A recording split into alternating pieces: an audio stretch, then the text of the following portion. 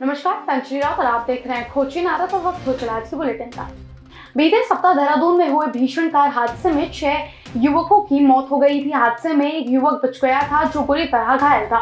Synergy अस्पताल में भर्ती घायल सदेश की हालत में सुधार बताया जा रहा है। सदेश के चेहरे पर गंभीर चोटें हैं, उसकी कई हड्डियां टूटी हुई हैं। अब बताया जा रहा है कि वो बातों पर प्रतिक्रिया कर रहा है, यानी बातों को समझ रहा है। सिनर्जी अस्पताल के एमडी कमल गर्ग ने बताया कि लगातार डॉक्टरों की टीम निगरानी कर रही है, जरूरी सर्जरी भी हो चुकी है, फिलहाल हालत में सुधार है।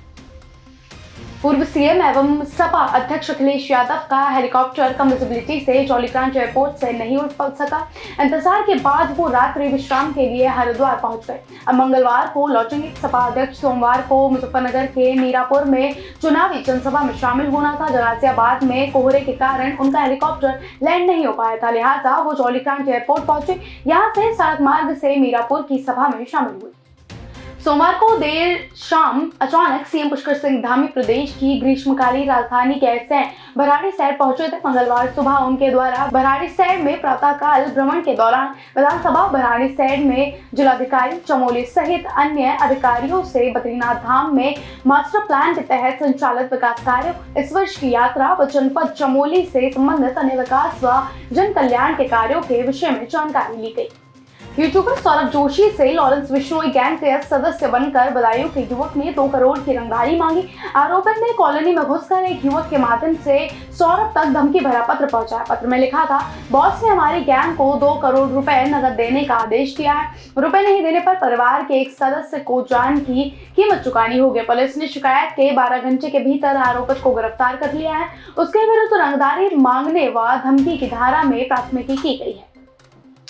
देहरादून के एक निजी विश्वविद्यालय में पढ़ने वाली विदेशी छात्रा के साथ दुष्कर्म के मामले में पुलिस ने घटनास्थल का निरीक्षण किया। छात्रा विश्वविद्यालय परिसर के बाहर एक निजी छात्रावास में रह रही थी। छात्रावास मालिक आदिल को भी पूछताछ के लिए बुलाया गया है। छात्रा ने विश्वविद्यालय के छात्रावास से बाहर रहने के लिए प्रार्थना पत्र दिया था, जिसके बाद विश्वविद्यालय प्रशासन ने छात्रा के स्वजनों से अनुमति मांगी थी।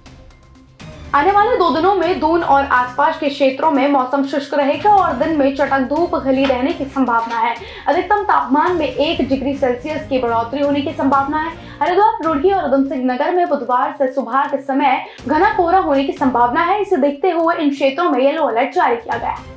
उत्तराखंड के सभी सरकारी विभागों और निदेशालयों की वेबसाइट्स अब नए प्रारूप में बनाई जाएंगी। इससे डाटा सुरक्षा बढ़ेगी और साइबर हमलों से बचाव होगा। पहले चरण में 100 विभागों की वेबसाइट को नए सिरे से तैयार किया जाएगा। साथ ही विभागों को ई मार्केट प्लेस से ही खरीदारी करने के निर्देश दिए गए हैं। NIC के सहयोग से सभी विभाग इस कार्य को करेंगे। राजधानी दिल्ली समेत कई शहरों में बढ़ते प्रदूषण से हालात चिंताजनक हो गए हैं। वहीं लगातार बढ़ रहे प्रदूषण को देखते हुए केंद्रीय स्वास्थ्य सचिव ने एडवाइजरी जारी की है। उधर सुप्रीम कोर्ट ने दिल्ली में ग्रैब 4 को सख्ती से लागू करने के निर्देश दिए हैं। श्री माता वैष्णो देवी श्राइन बोर्ड ने कटरा से सांची छत तक रोपवे परियोजना को मंजूरी दे दी है। इस परियोजना से श्रद्धालुओं को बड़ी राहत मिलेगी, खासकर बुजुर्ग, दिव्यांग और शारीरिक रूप से अक्षम यात्रियों को।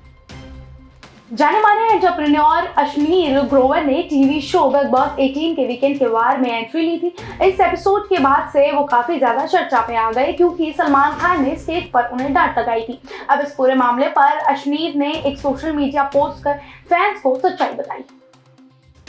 तो ऐसी देश दुनिया की बड़ी खबरों के लिए फॉलो करें हमारे चैनल।